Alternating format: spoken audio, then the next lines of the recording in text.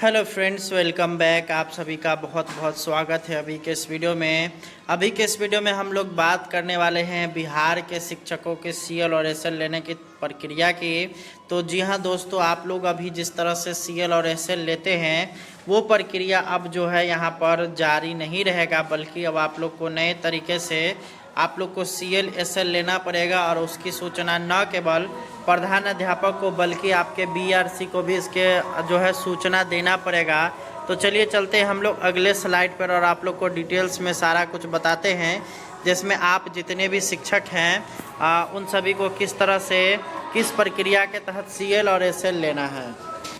यहाँ जो आप देख रहे हैं ये लेटर निकाला गया है कार्यालय प्रखंड शिक्षा पदाधिकारी शेरघाटी गया से। तो कार्यालय आदेश यहाँ पे दिया गया है कि सभी प्रधानाध्यापक या प्रभारी प्रधानाध्यापक उच्च विद्यालय, मध्य विद्यालय, प्राथमिक विद्यालय को सूचित किया जाता है कि आपके विद्यालय में जो भी शिक्षक सीएल या एसएल या अन्य किसी प्रकार के अवकाश में जाते हैं तो इसकी सूचना बीआरसी कार्यालय को एक दिन पूर्व शिक्षक का नाम सहित देंगे।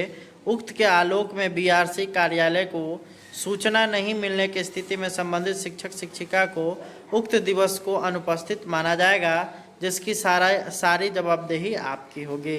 तो यहाँ पर अब आप लोग जो सीएल और एसएल लेते हैं उसकी सूचना जो आप लोग प्रधान अध्यापक को देंगे वो सूचना जो है एक दिन पहले होना चाहिए। और वो सूचना फिर से जो है अगर बात करिएगा तो प्रखंड शिक्षा पदाधिकारी या बीआरसी में किसी वहाँ के जो कर्मी होंगे उनको देना आवश्यक हो गया है। और उनको जो है उसकी सूचना मिलनी चाहिए, तभी जाकर के आपका जो वो सीएल या एसएल है उसको स्वीकृत माना जाएगा।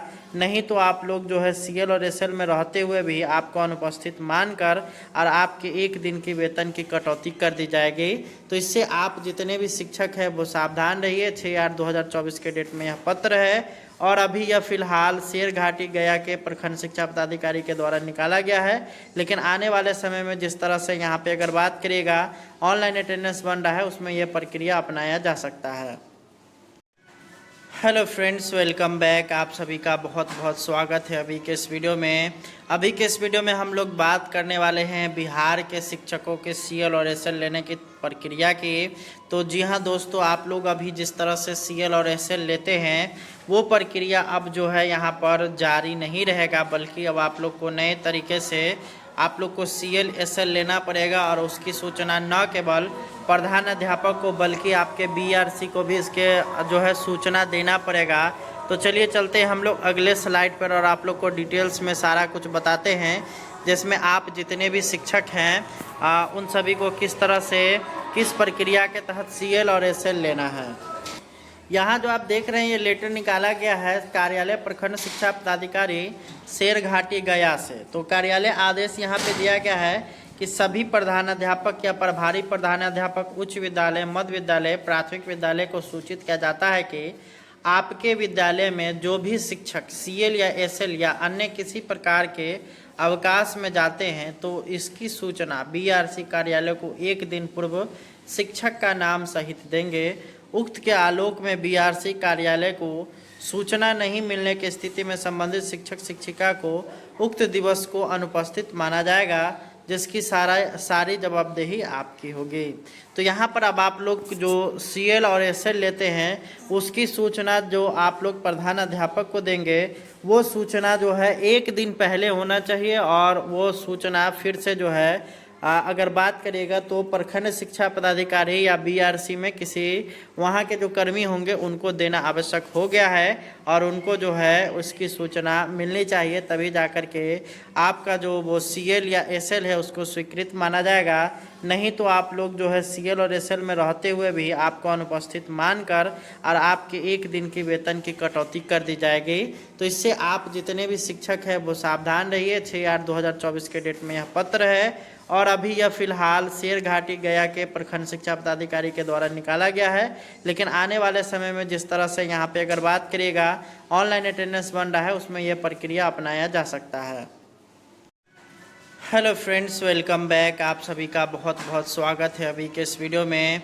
अभी के इस वीडियो में हम लोग बात करने वाले हैं बिहार के शिक्षकों के सीएल और एसएल लेने की प्रक्रिया की।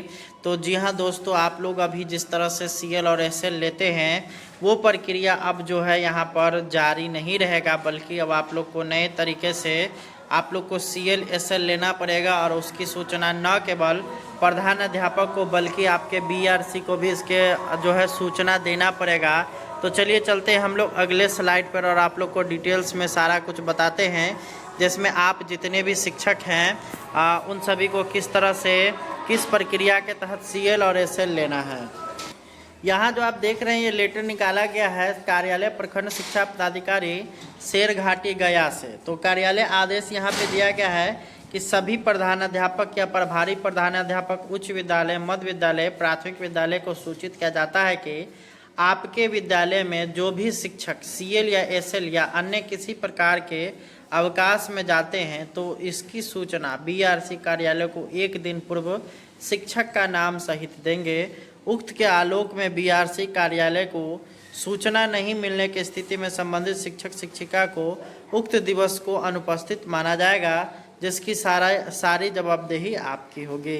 तो यहाँ पर अब आप लोग जो CL और SL लेते हैं उसकी सूचना जो आप लोग प्रधान अध्यापक को देंगे वो सूचना जो है 1 दिन पहले होना चाहिए, और वो सूचना फिर से जो है अगर बात करिएगा तो प्रखंड शिक्षा पदाधिकारी या BRC में किसी वहाँ के जो कर्मी होंगे उनको देना आवश्यक हो गया है, और उनको जो है उसकी सूचना मिलनी चाहिए, तभी जाकर के आपका जो वो CL या SL है उसको स्वीकृत माना जाएगा। नहीं तो आप लोग जो है CL और SL में रहते हुए भी आपको अनुपस्थित मानकर और आपके 1 दिन की वेतन की कटौती कर दी जाएगी। तो इससे आप जितने भी शिक्षक हैं वो सावधान रहिए। 6/8/2024 के डेट में यह पत्र है और अभी यह फिलहाल शेरघाटी गया के प्रखंड शिक्षा पदाधिकारी के द्वारा निकाला गया है, लेकिन आने वाले समय में जिस तरह से यहाँ पे अगर बात करिएगा ऑनलाइन अटेंडेंस बन रहा है उसमें यह प्रक्रिया अपनाया जा सकता है। में BRC कार्यालय को सूचना नहीं मिलने की स्थिति में संबंधित शिक्षक शिक्षिका को उक्त दिवस को अनुपस्थित माना जाएगा, जिसकी सारी जवाबदेही आपकी होगी। तो यहाँ पर अब आप लोग जो CL और SL लेते हैं उसकी सूचना जो आप लोग प्रधान अध्यापक को देंगे वो सूचना जो है 1 दिन पहले होना चाहिए, और वो सूचना फिर से जो है अगर बात करिएगा तो प्रखंड शिक्षा पदाधिकारी या BRC में किसी वहाँ के जो कर्मी होंगे उनको देना आवश्यक हो गया है, और उनको जो है उसकी सूचना मिलनी चाहिए, तभी जाकर के आपका जो वो CL या SL है उसको स्वीकृत माना जाएगा। नहीं तो आप लोग जो है CL और SL में रहते हुए भी आपको अनुपस्थित मानकर और आपके 1 दिन की वेतन की कटौती कर दी जाएगी। तो इससे आप जितने भी शिक्षक हैं वो सावधान रहिए। 6/8/2024 के डेट में यह पत्र है और अभी यह फिलहाल शेरघाटी गया के प्रखंड शिक्षा पदाधिकारी के द्वारा निकाला गया है, लेकिन आने वाले समय में जिस तरह से यहाँ पे अगर बात करिएगा ऑनलाइन अटेंडेंस बन रहा है उसमें यह प्रक्रिया अपनाया जा सकता है।